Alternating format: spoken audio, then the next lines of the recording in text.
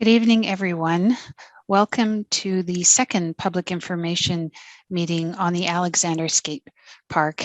It is January the 13th, and just for purposes of recording, to let you know that date, and it's 7 o'clock at night. I am so pleased to host this meeting along with my colleague, Arlene VanderBeek, who serves the community of Dundas, and it's a great pleasure to work with her and be with her this evening. This is a really exciting initiative. There is definitely a need for it, and I think it's going to be in a great location that will be accessible on a whole bunch of levels. So I am going to start with a land acknowledgement, and then we are going to get started on the information that we'll be talking about tonight. The City of Hamilton is situated upon the traditional territories of the Erie, Neutral, Huron-Wendat, Haudenosaunee, and Mississaugas. This land is covered by the Dish with One Spoon Wampum Belt Covenant, which was an agreement between the Haudenosaunee and the Anishinaabe to share and care for the resources around the Great Lakes. We further acknowledge that this land is covered by the Between the Lakes Purchase 1792 between the Crown and the Mississaugas of the Credit First Nation. Today, the City of Hamilton is home to many Indigenous peoples from across Turtle Island, and we recognize that we must do more to learn about the rich history of this land so that we can better understand our roles as residents, neighbors, partners, and caretakers. Good evening, everyone. My name is Ken Wheaton. I'm the city's project manager, stick handling this project. I'm going to go through the agenda so everyone understands what to expect this evening. First of all, we're going to do an introduction of all of the panelists as part of this meeting. I'm going to go through why we're here, skate park study background, also the Alexander Skate Park consultation background that we've done to date. Going to outline what we heard in terms of feedback from the group. Go through the skate park design options that we've created as part of our working group activities, and outline the preferred concept voting and how that's going to roll out, as well as identify the next steps and timeline. And then what we're going to do for the purposes of tonight's meeting is reserve question and answer period until the end of the presentation. To start, again, my name is Ken Wheaton. I'm the project manager. I work in landscape architectural services with the City of Hamilton. Good evening, everyone. My name is Janet Joyce. I'm a senior landscape architect and principal at the MBTW Group. And we've been retained by the City of Hamilton along with New Line Skate Parks to assist in this project. Thanks, Janet. My name is Bill Gurney. I work with New Line Skate Parks, landscape architect and project manager. Hi, everyone. My name is Stefan Millette. I'm senior designer with New Line Skate Parks. Hello, Maureen Wilson, Councillor for Ward 1. I'm Arlene VanderBeek, Councillor for Ward 13. I'm Wes Kendry. I'm with Landscape Architectural Services in the City of Hamilton. Hey, John Perot here, New Line Skate Parks designer. So I'm going to be explaining why we're here.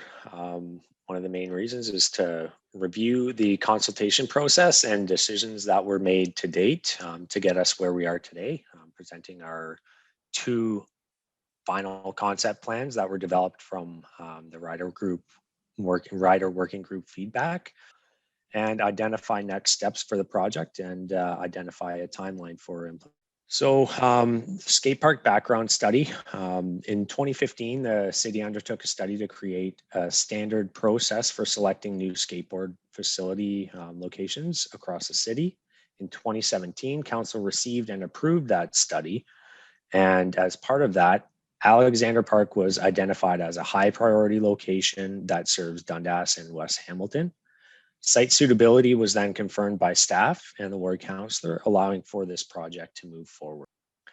So just a brief background on our consultation. In June of 2021, we had a project startup public information center held by Councillors Wilson and VanderBeek.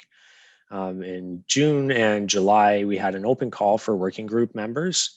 Now the working group was basically billed as it was open to anyone who was interested in becoming involved a little bit more in the design and decision-making process for the Alexander Skate Park.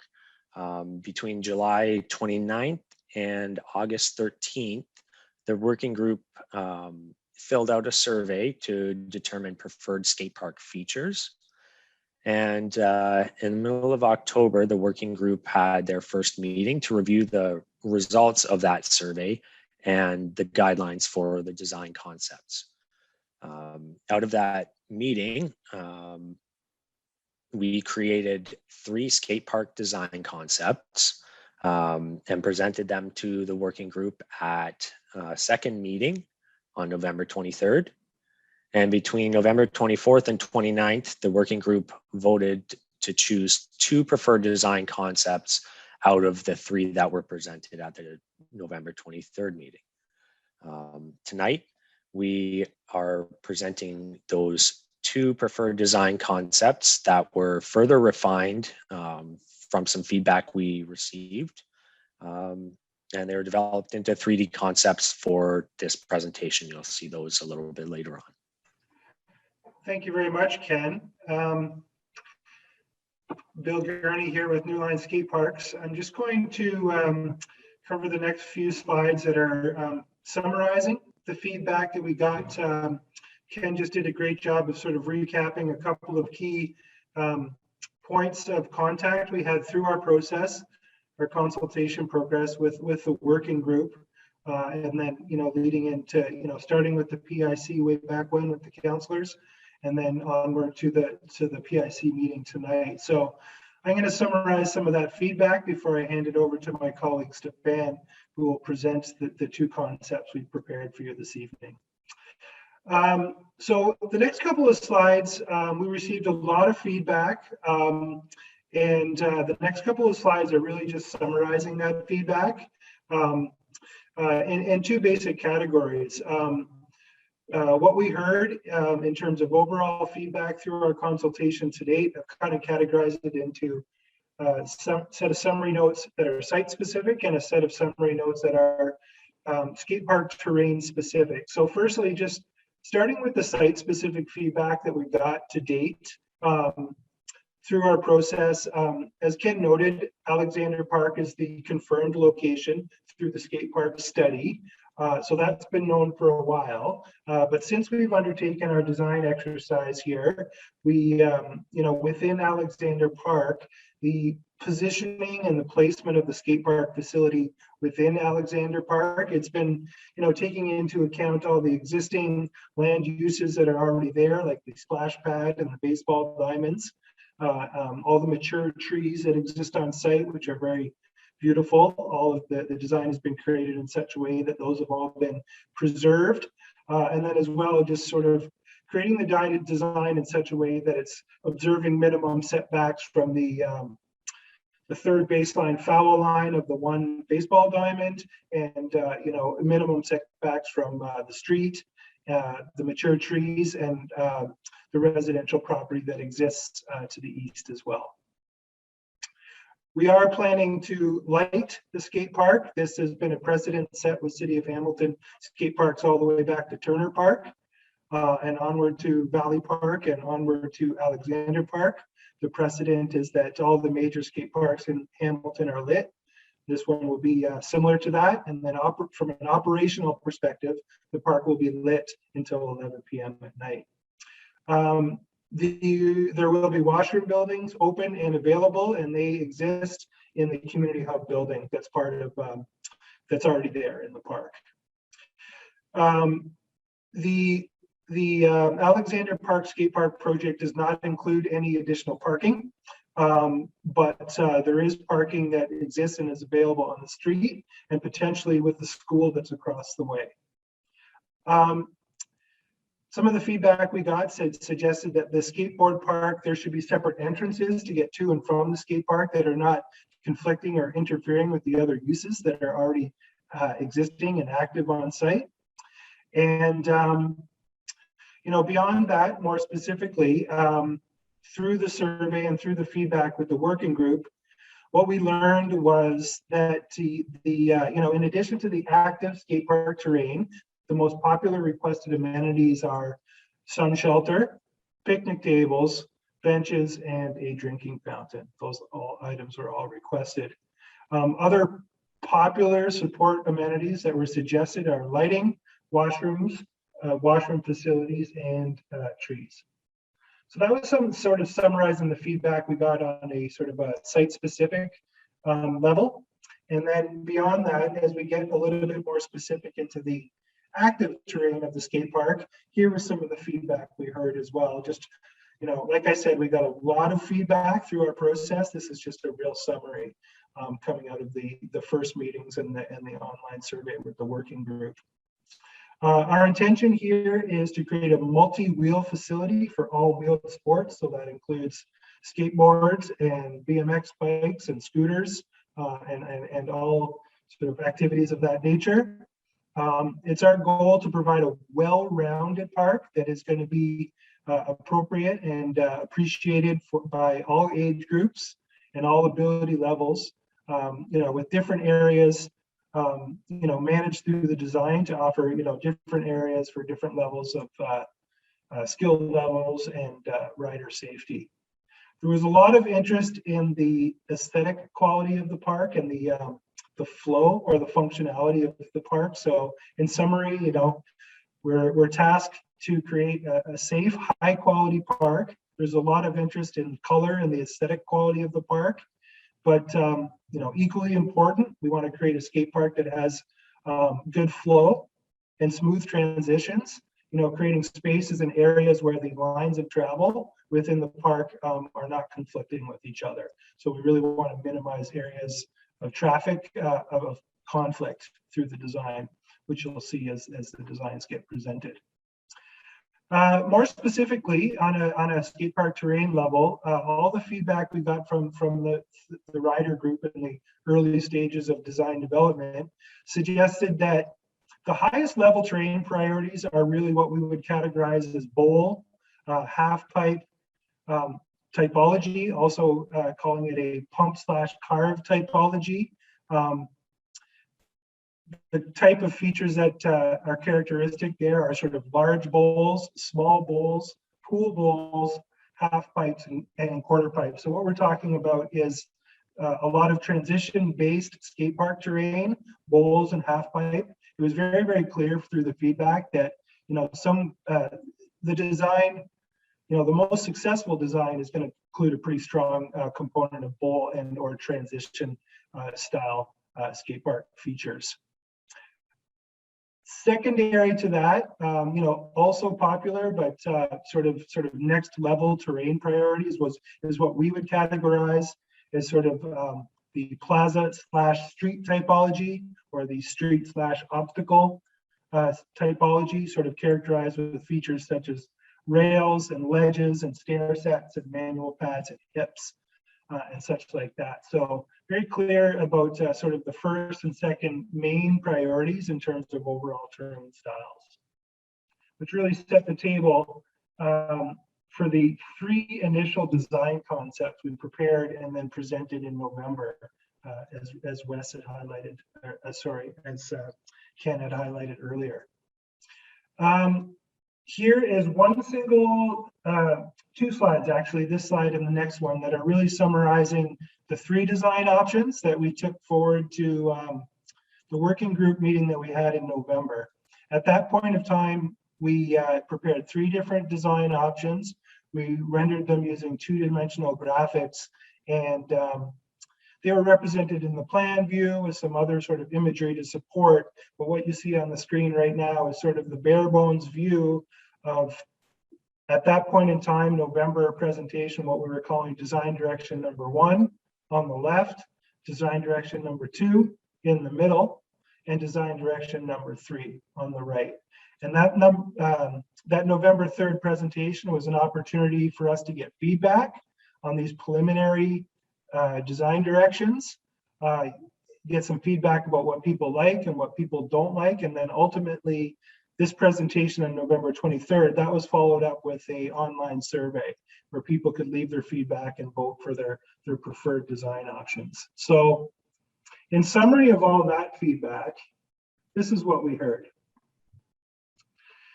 I'm going to start on design direction. Well, design direction number 1, the one on the far left. Overall, this option garnered the greatest number of favorite votes. It was clearly the number 1 favorite through all the voting. Second to that was design direction number 2.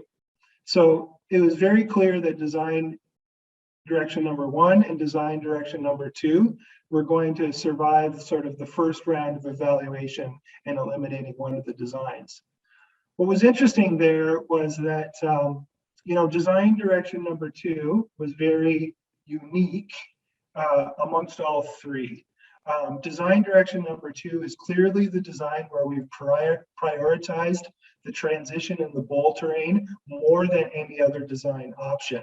So design direction number 2 clearly is the option that has the most emphasis on the bowl terrain. It's the 2 bowl option that you see in the middle here. And then design direction number 1 and design direction number 3 arguably are quite a bit more similar. But from the feedback, it was clear that design number 1 and design number 2 were the 2 top preferences. But a lot of the feedback also suggested that there could be some mixing and matching and potentially some amalgamation of design option number 1 and design option number 3. So really what we're bringing forward tonight is an evolution of design number 2, and then somewhat of an amalgamation of design direction number 1 with design direction number 3, sort of the best bits of each of those 2 design options. And that was really the summary we got, sort of going into our November presentation and coming out of our November presentation. So all of that background, and hopefully we didn't go on too long in the presentation. I think we've got good timing going. All of that background and all of that feedback to date is really setting the table here for the 2 design options we have to present this evening. And we're calling them design option number 1 and design option number 2. So now I'm going to hand it over to my colleague Stefan, and he's going to present our 2 design options. Thank you, Bill. And thank you everyone for being here tonight. I will be explaining and running us through these 2 design options that we've come up with. So let's get right into it there, Bill. All right. So this is our design direction number 1, the amalgamation of option 1 and 3 coming out of our last meeting. So with this option, we're calling this our vert bowl street option. It's a pretty close balance between transition and street terrain. It's about 40% vert bowl terrain and 60% street terrain. The design itself is quite linear, as you saw through those that previous slide, with a strong southern alignment to the existing park sidewalk down here on the bottom left. This design, as well as the other design, respects all of the existing trees, which will be preserved. And both of the designs that you'll see tonight offer 3 points of connection into the skate park. In both designs as well, we have a hexagonal shade structure. And in this option, it's represented by A and exists between the vert bowl and the street course, which offers the best vantage point of both terrain typologies. So I guess starting from the left now, we've got our low level street terrain, and Represented by B is a double-sided slappy curb. This was a feature that was highly recommended or comment or suggested in our previous meeting as a desired feature in the final design. And so we were able to accommodate that into this first design option. Moving from there, another highly requested feature is our slappy bank feature with an integrated manual pad represented by D. And then below that, we have our flat bar. So this will be our low impact, technical street section. Moving right from that, we come into our tiered street section, which was one of the things that we drew from option 3, as opposed to the more street obstacle terrain that existed in option 1. This is more of that tiered street terrain. So it builds from that 0 elevation at the entry, builds up 2 feet, and then up another foot from there. So in that 2-foot elevated section, we've got a down rail with an out rail attached through the center, and then on both sides we have bank to ledges. So for front side and backside skating or use. Up from that, represented by M, N, and O. That's a 1-foot grade change, and so we have a quite a mellow bank profile there with a small down rail and a small down ledge, very similar to just like a slightly sloping flat bar and flat ledge, just based on the fact that it's only down a 1-foot grade change. And then M is kind of our node to the Beasley, the original Beasley Park, and actually the original splash pad at Alexander Park. And it's basically a bank to curb feature that goes from high to low. So you'll be able to access it from the 1-foot side, and then it descends down to the 0 elevation below it. So you'd have a 3-foot bank interfacing with a 1-foot bank there, and a curb that spans the 2. So that's a little nod to the what existed previously on site. Now into the section above that, which is represented by F, G, J, K, is kind of more of that street obstacle terrain that existed in the original option 1. So with F, we have a tight 3-foot tall transition hip with an extension on the end. G is our street spine, another highly requested feature, and with that we've added a pump roller on the outside edge of the park, so that coming down J, which is now our 3-foot tall bank, you're able to clear the street spine, maintain your speed, and hit that extension at feature F. So J is a 3-foot tall bank. It has based on the fact that it's 3 feet tall, we were able to create a six stair at feature K. So something that is unique to Hamilton skate parks. I can't think of another park that has a 6 set in Hamilton, so that'll be quite unique. I know Valley Park, which is being built now, is going to have a 5 and an 8. So we've got a little bit of a mid-range here, which is kind of nice. Alongside that, we've got the down hubba ledge and a down rail. And then if we just talk to L briefly, that's a slappy bank face that breaks the grade from the 0 elevation to the 2-foot elevation, and that runs the whole length of that elevated platform.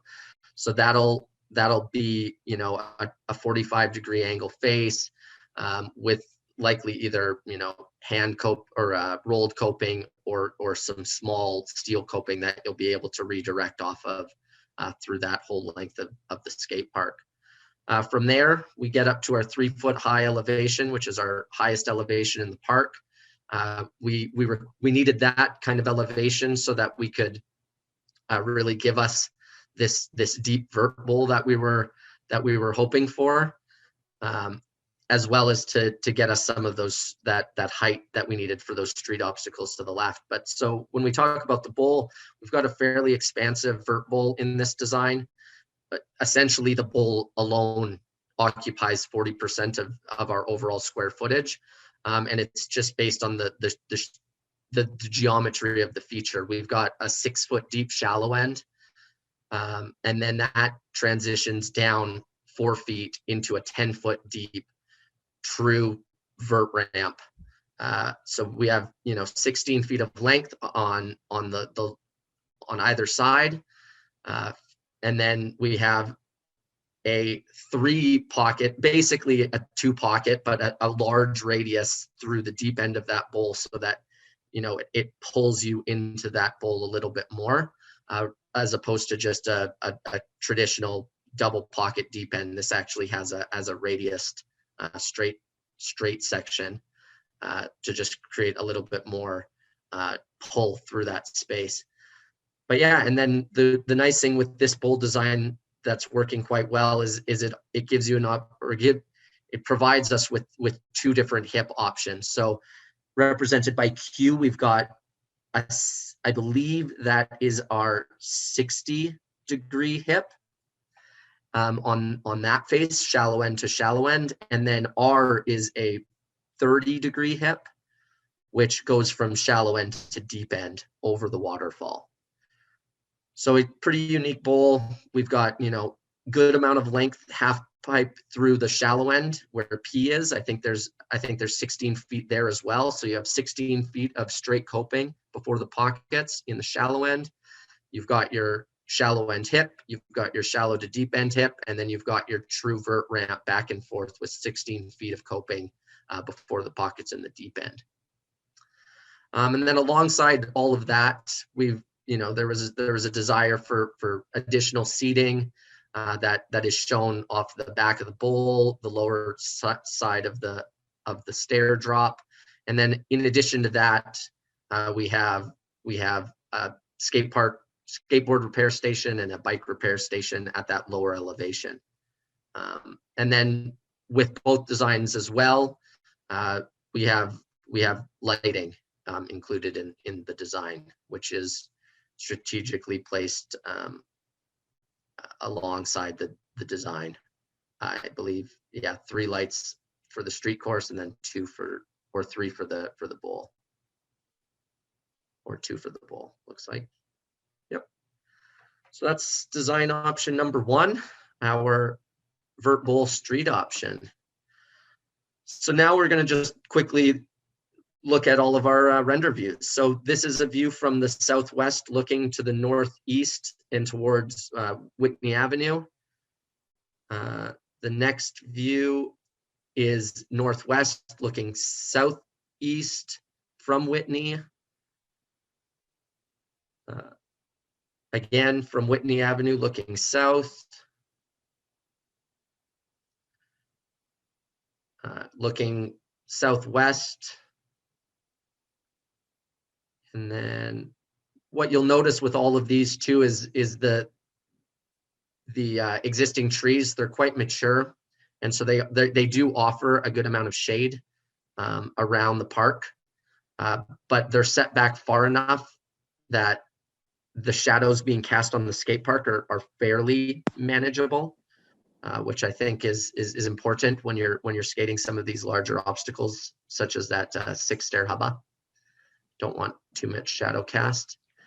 The other thing that's nice about this layout as compared to the previous layout of the bowl is we have more of a north-south orientation, which helps with the sun angle and how the park is skating and the shadows being cast into the bowl.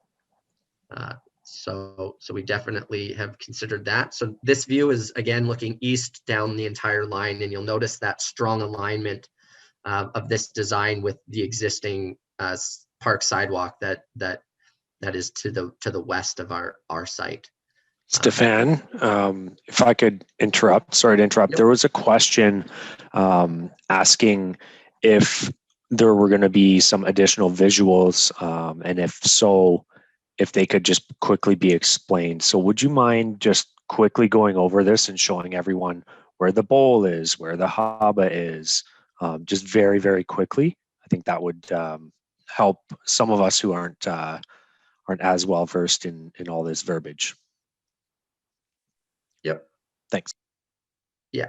So yeah, I guess where I'm hoping that everyone can see the laser pointer. Yeah. So I guess, Bill, if we want to go back to this view, actually, like that view that's not a bad view. We can start there if the overall bowl view, this one. So in the foreground of this image is obviously our large vert bowl. From there, moving west, we've got the shade structure. On the right side, we've got our 3 foot tall bank with our hubba ledge, our stair drop, and our down rail. To the left of that, we have our 1 foot grade change between the upper deck and the intermediate deck. That has a mellow flat or a mellow down ledge and a mellow down rail. And then what we can't see in this, but we'll see in some shots after, is there's a bank to curb that exists between the intermediate level and the lower level right there. Yeah.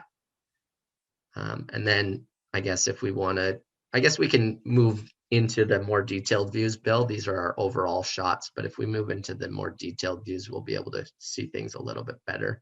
So if we go back to that first one, actually, we'll just start from there.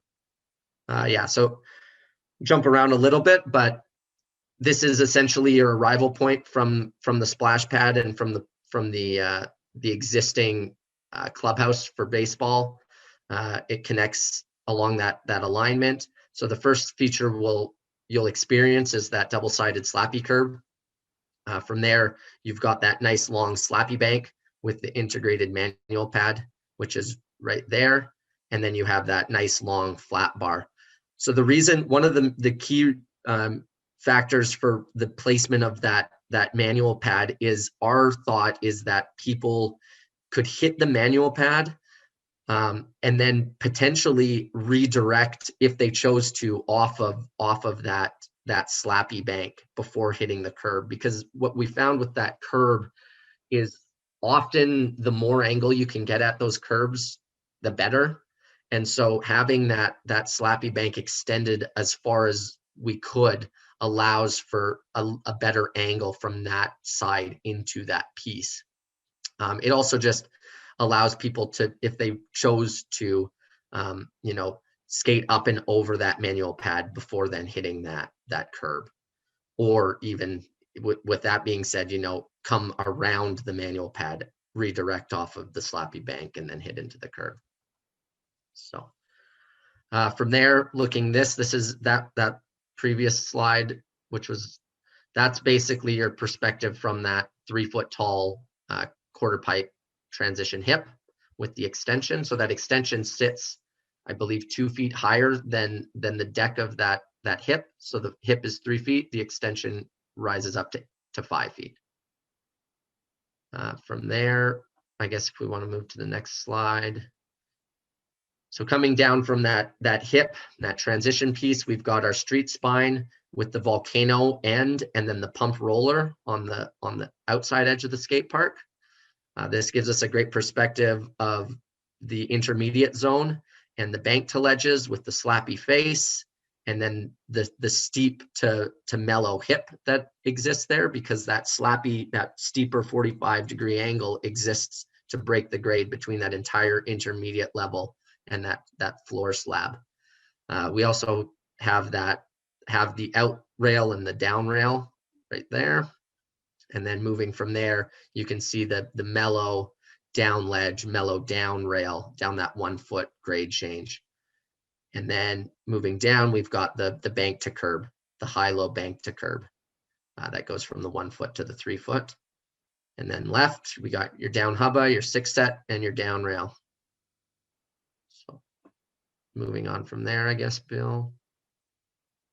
Different perspective now from the top of the stair set, looking southwest towards the baseball diamond. From the opposite side, looking northwest towards Whitney. And then our view of the bowl. So again, a very good sized bowl in option one. So yeah, now going over to option two. This one was more a different approach, as Bill was saying earlier. This is our organic flow bowl option. This is, as Bill was saying, this design direction prioritized the bowl terrain and deprioritized the street terrain. The first option was a 60-40 split of street to bowl. This option is 80-20, 80% represented by bowl and 20% represented by street. Based on this design or this style of terrain, this design has a more curvilinear form as opposed to the rectilinear form that option one had. But like option one, this design preserves all of the existing trees. It has the 3 points of arrival. But one unique thing with this design is because we have a consistent deck elevation, because the bowls are all dug down, we're able to maintain accessibility through the entire design. So as you can see, the grade change is minimal. It goes from 0 elevation on the right or on the left side, and it only rises to 1 foot through the main bowl, the bowl deck. So accessibility is maintained from all 3 access points and throughout the design, which is quite unique. We also have our hexagonal shade structure in this design, and it exists between the 2 bowls on that southern edge. And then one thing that we took out of our last meeting with the focus group was originally we had the 2 bowls as one, and it was more of an organic flow bowl with rolled coping and pump bumps into the bowl. But what we took from that last meeting was a desire to separate those uses a little bit. And so in this option, now we have a 3 bowl design versus a 2 bowl design, which we had originally. I guess I'll just quickly touch on the street terrain. I'll move from left to right. Moving from left to right, again, we have that connection to the existing splash pad. And this is where we have all of our street terrain. So B is a flat bar, which we'll represent in the render views shortly. C is a tight transition slappy obstacle that exists over D, which is our manual pad. So again, low level, 6-inch to 8-inch high manual pad. And then E is our flat ledge. So in this design, we've really prioritized the transition bowl terrain, deprioritized the street terrain, but we still wanted to offer those basic fundamental street obstacles with the flat bar, the flat ledge, and the manual pad. From there, we'll get right into the bowl terrain. So the biggest difference here is making that one large bowl into 2 smaller bowls. And so what we did is we connected them by a spine. So that's represented by J right there. And so what that gives us now is the separation of those 2 spaces. So that we wanted, but allows for that connectivity and that transferability between the 2 spaces. So that bowl on the top is more of a beginner bowl. It's 3.5 foot deep. It's our bathtub bowl, pretty simple, long straight runs, fully enclosed, double like mechanical corners on both sides, and then long straight coping lines for learning and for developing your skills. From there, we get into the more intermediate bowl, which is below it. And that bowl is 4.5 feet and 5.5 foot depths. The 4.5 on the right, the 5.5 on the left, but both ends of this bowl are built up. So on the left side, the deck itself actually rises up. And so it's integrated with that as opposed to just being an extension. It's fully built up. And that gets us a depth of 7 feet there. So we're going up, 6 feet. So we're going up 1.5 feet and down 4.5 feet. Oh, no, sorry, I'm mistaken. It actually is 5.5, so 7. Yeah, sorry, 7. So it's 7 feet total, 5.5 foot on that side. So we're going down 4.5 feet. We're building up. Well, we're going down 5.5 because our elevation is at +1, but we're going down 5.5 there, building up 1.5 feet for full 7 on that side. On the right side, however, we weren't able to build the deck up necessarily, but we were able to build an extension around that entire right edge, which also helps to create some separation between the bowls and, in some ways just focus the users to certain strategic locations for dropping in, and almost creating a viewing area more so for non-active users or active users along that right side coming out of our shade structure. So on that side, again, we have a 4.5 foot depth with a 1.5 foot extension. So now we have 6 feet on that side with the 7 feet on the left side. Defining that bowl, though, we still wanted to maintain that organic flow flavor. So defining that space and filling that flat bottom is a variety of pump bumps and pump rollers.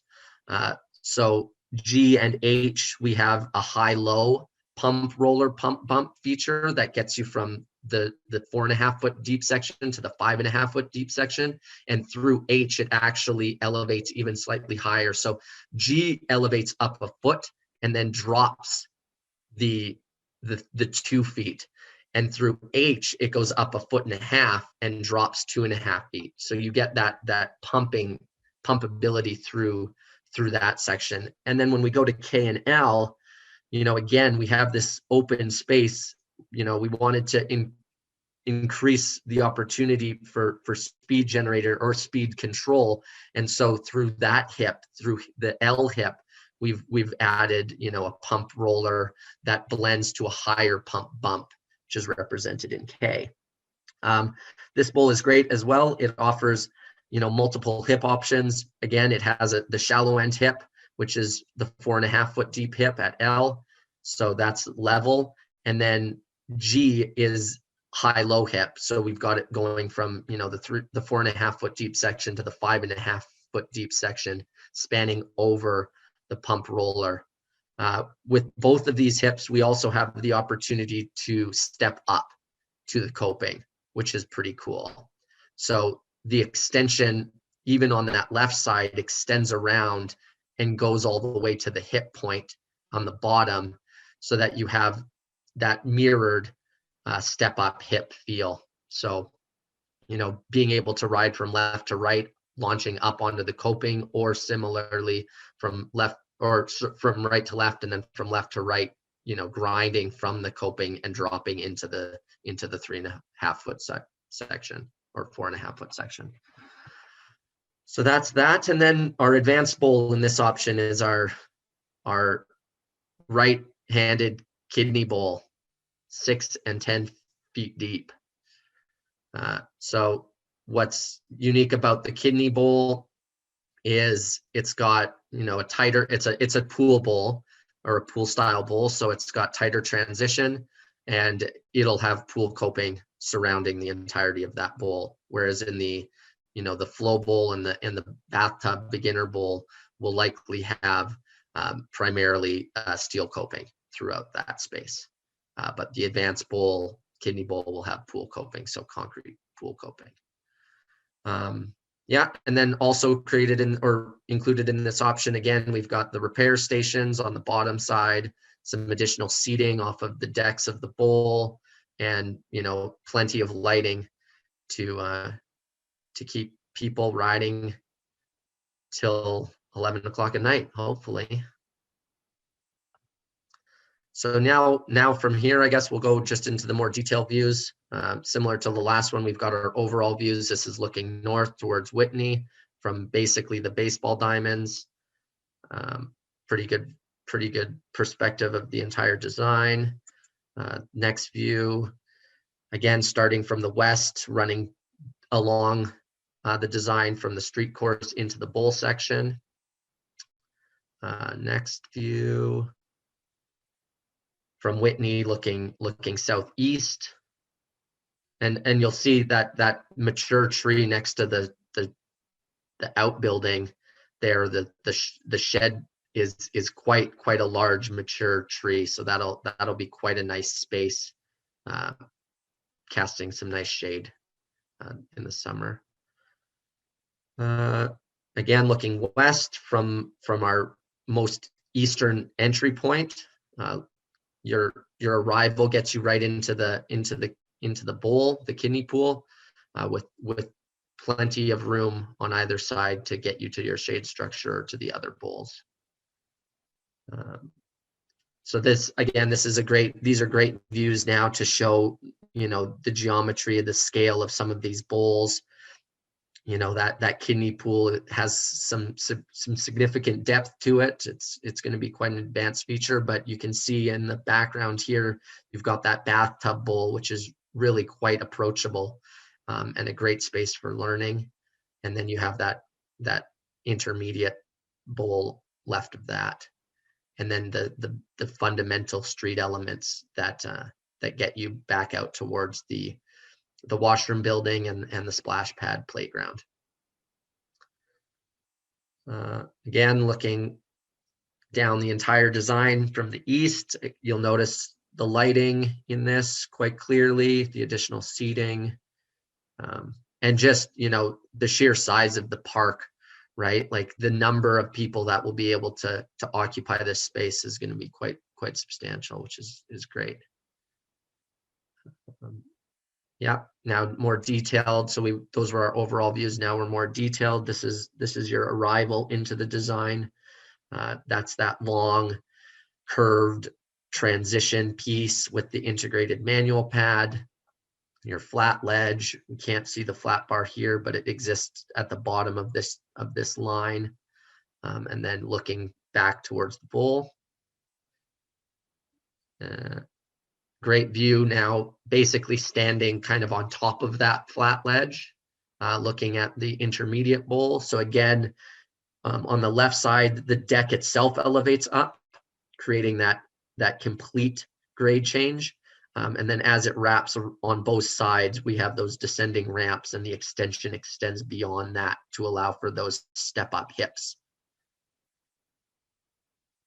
And then looking to the right side, you've got that full extension double pocket on the right side. So that's that 6 foot depth there, that approachable, viewing area from the shade structure and between the bowls.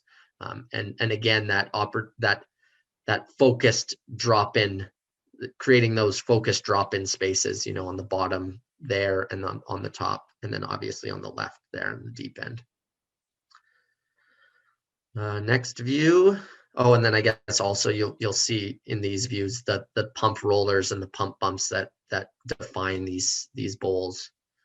So the one on the bottom being the up and over with the extended pump bump through the center, and then in the middle of the bowl you've got that I believe it's a 1.5 foot tall pump bump on the end and a 1 foot pump roller through to the hip. And then this is a great view to see that spine. So you've got a 3.5 to 4.5 foot spine. And what's really cool, the way that these interfaces is really interesting too, because locking into that spine, you could either direct to the right and stay in the intermediate bowl, or you could actually lock into a grind and grind through the pockets into the bathtub bowl, which is pretty cool. And also, if you don't want to necessarily ride over the spine itself, you could gap through the pockets, and that's that varying width that is created because of the pocket geometry. So next slide, another view from the shade structure looking north. Again, a great view of that intermediate bowl. beginner space, and then a little bit of that right side, right kidney. So one of the things that we had in the original design, option 2, was a left-handed kidney, but we recognized that Southern Ontario already has a pretty solid left-handed kidney in Ashbridge is based, so this offers an opportunity to have a slightly different pool bowl, which I think is important. And then, yeah, I guess another zoomed in view of that pump roller, pump bump, drop-in point for the intermediate bowl. Plenty of room running through that bowl too, even with the pump bumps. There's plenty of space, and we have those critical dimensions on all of those straight runs and pockets and everything. So it's quite a spacious bowl.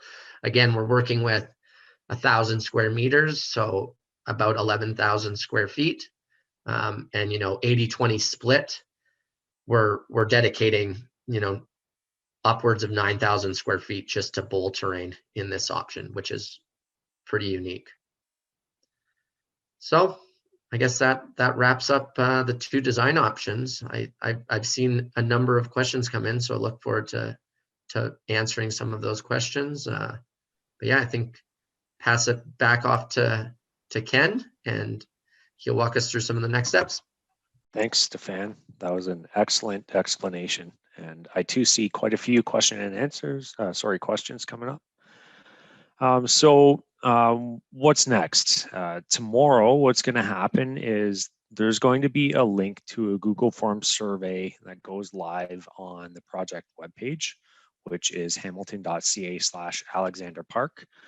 The link will include the 2 concepts presented tonight, along with just a very brief explanation of each concept plan, as well as a voting sheet. And on that voting sheet, you're going to have an opportunity to provide some comments. So please do. These are very valuable and will help inform our next steps to determine the successful concept here. So please review each plan, fill out the voting sheet, and submit it online. So outlining basically the project timeline in a little bit more detail here. So earlier on, basically ending in October, we did some geotechnical studies, initial community engagement, conceptual drawing development. So we had the 3 2D drawings. We had our working group meeting to review the 2D drawings and held that vote, as we previously mentioned. So that brings us to winter 2021-22 for this phase of the project. We've created the 3D models, and tonight we're having that virtual PIC.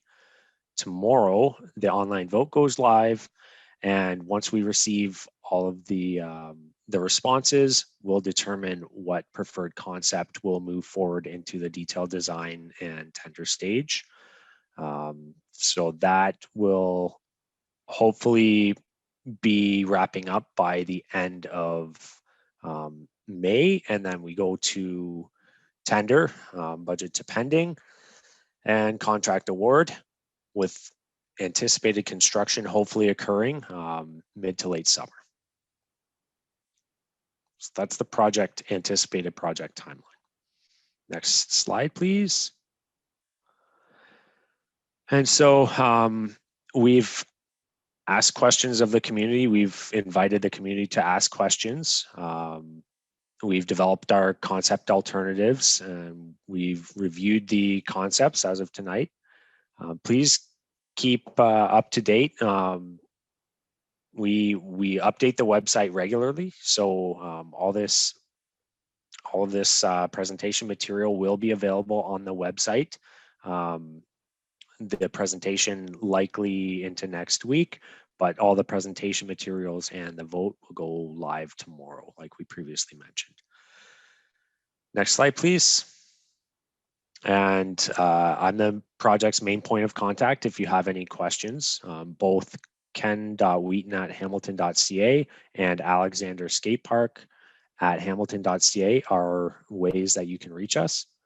So please feel free, don't hesitate. Well, that was interesting, and some of it was Greek to me, but it was, I'm not a skateboarder, so I can see that. I can see, even looking at the chat, that the people are really engaged. So on behalf of my colleague, Ward 1 Councillor Maureen Wilson, and myself, I'm Ward 13 Councillor Arlene VanderBeek. I would like to thank Wes and Ken, the design team, the members of the Riders Working Group, and all of the attendees tonight for their contributions to this. It's come a long way, and I'm sure that the final product will be very exciting and very well used. Thank you for attending tonight, and have a good evening, what's left of it.